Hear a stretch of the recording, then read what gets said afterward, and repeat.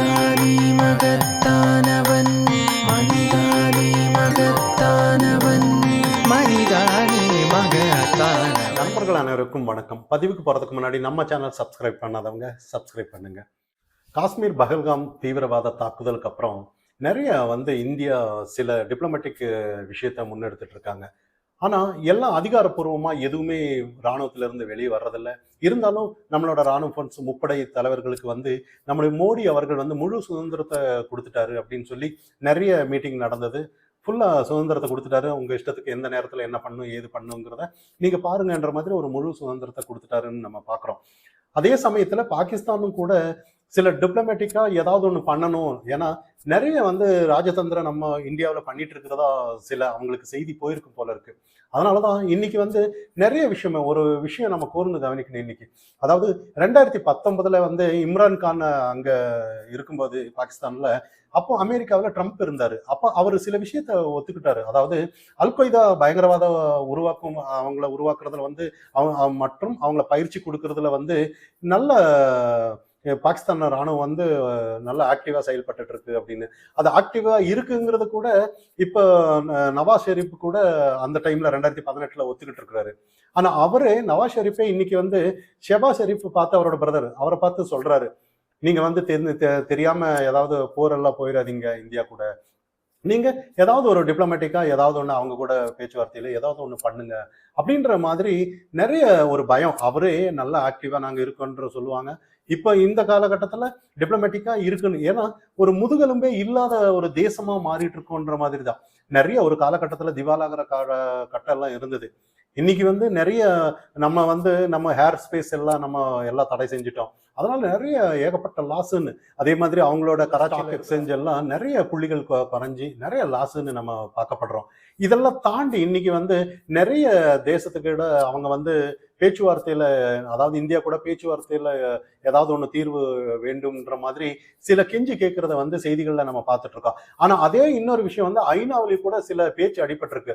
அதாவது பாகிஸ்தானுங்கிற ஒரு தேசம் உண்மையிலேயே தீவிரவாதத்தை எக்ஸ்போர்ட் பண்ணிட்டு இருக்காங்களா அப்படிங்கிற கேள்வி கேட்கிற அளவுக்கு போய் நம்ம இந்தியா கூட நிறைய சில விஷயங்களை கையாண்டுட்டு இருக்குன்னு, அதாவது நிறைய ராஜதந்திரமா, அதாவது போர் தொடக்கிறதுக்கு முன்னாடியே சில விஷயங்களை வச்சு அவங்கள மடக்கணுன்ற மாதிரி நிறைய இன்னைக்கு FATF அது ஒரு 40 நாடுகள் கொண்ட அது ஒரு குழு. அதுல நிறைய இன்னைக்கு ஆதரவு யாருக்கு இருக்கு இல்லைங்கிறது நிறைய இன்னைக்கு வெளியாயிட்டு இருக்கு. கிட்டத்தட்ட 23 தேசமும் என்னமோ இந்தியா கூட ஆதரவா இருக்காங்கன்ற மாதிரி தான். ஏதோ ஒரு ஜூன் மாசம் அவங்க மீட்டிங் நடக்குது. அந்த இடத்துல பாகிஸ்தானுக்கு சில எதிராக விஷயங்கள், அதாவது பாகிஸ்தானுக்கு நிறைய அவங்களுக்கு IMFல நிறைய ஃபண்ட் எல்லாம் நிறைய கொடுத்துருக்காங்க. அதுக்கப்புறம் அவங்களுக்கு எக்ஸ்டெண்ட் பண்ற அளவுக்கு டைம் கொடுத்துருக்காங்க. இதெல்லாம் எல்லாத்தையும் தடை செய்யணுன்ற மாதிரி சில பேச்சுவார்த்தைகள் நடப்பதா செய்திகள் வருது. இதெல்லாம் பார்த்துதான் நிறைய இன்னைக்கு அவங்க இந்தியா அடிக்கவே இல்லை இன்னும். ஆனா அடிக்கிறதுக்கு முன்னாடியே இந்தியா இந்த அளவுக்கு டிப்ளமேட்டிக்கா சில விஷயத்த முன்னெடுத்திருக்காங்களான்றது அவங்க பெரிய ஆச்சரியமா இருந்துட்டு இருக்கு. இன்னும் அடிக்கவே இல்லை.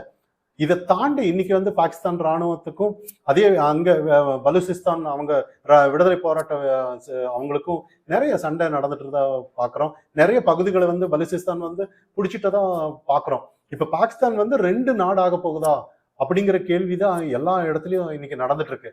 இதெல்லாம் தாண்டி இன்னி பாகிஸ்தானோட முன்னாள் வெளியுறவுத்துறை அமைச்சர் அதாவது நம்ம ஒரு மிரட்டல் கொடுத்தாரு பாருங்க. அதாவது நீங்க தண்ணி தரலைன்னா, சிந்து நதியை நிறுத்திட்டீங்கன்னா அதுல கண்டிப்பா இந்திய மக்களோட ரத்த ஆறு ஓடுன்னு ஒரு மிரட்டல் விட்டாரு பாருங்க.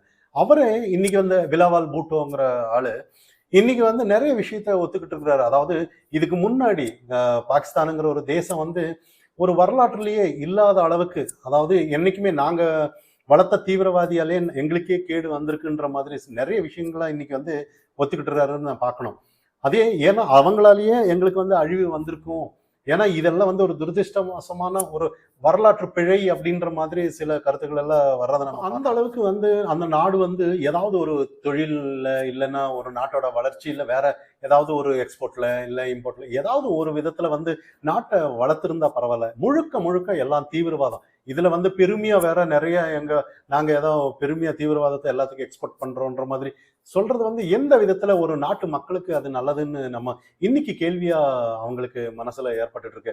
ஏன்னா இது எல்லாத்துக்கு நாங்க கண்டிப்பா அனுபவிக்கணும் தான் அப்படிங்கிற மாதிரி சில விஷயங்களை அவங்களே ஒத்துக்கிட்டுறாங்கன்ற மாதிரி தான் நம்ம இன்னைக்கு பார்க்கணும். இதெல்லாம் தாண்டி இன்னைக்கு வந்து நிறைய அவங்க நம்ம இன்னும் எதுவுமே பண்ணல. நம்ம இன்னி 2019 பிப்ரவரியில புல்வாமா தாக்குதல் நடந்துச்சு பாருங்க. அதுக்கு எப்படி நம்ம தாக்குதல் கொடுத்தோம், அதே இப்பவும் கூட நிறைய அவங்க வந்து போர் இன்னும் நடக்கவே இல்லை. அதுக்கு முன்னாடி ரேடார் எல்லாம் பொருத்தி இருக்காங்க. நிறைய விஷயம் ரேடார் எல்லாம் சில 60 கிலோமீட்டருக்கு அப்புறம் என்ன இருக்கு ஏது இருக்குன்னு துல்லியமா கணிக்கக்கூடியது.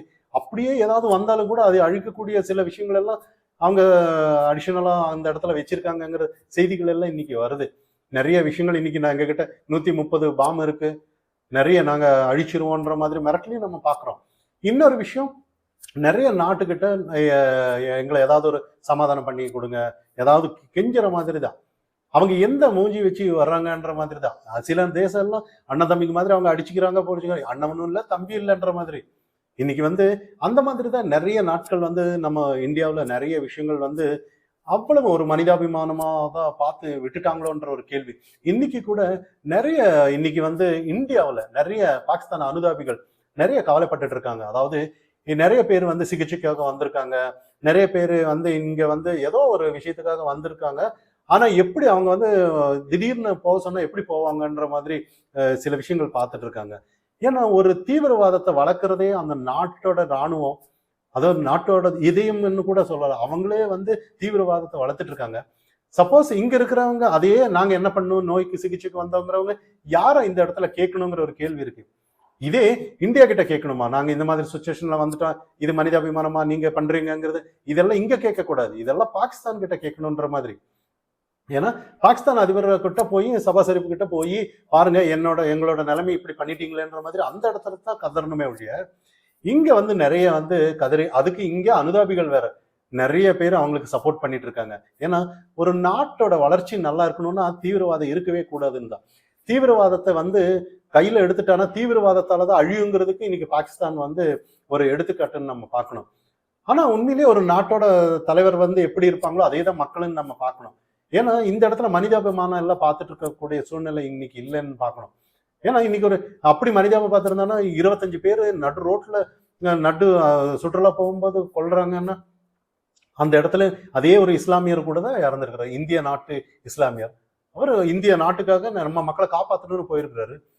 அப்ப அவருக்கு குடும்பம் இல்லையா? அவர் இறந்திருக்கிறாரு, அவங்களுக்கு மட்டும் குடும்பம் இல்லையா? யாருமே இல்லையா இந்த இந்திய நாட்டுல இறந்தவங்களுக்கு? அப்ப இன்னைக்கு வந்து அனுதாபிகள் எல்லாம் நிறைய சில விஷயங்கள் புரிஞ்சுக்கணும்னு நம்ம பார்க்கணும்.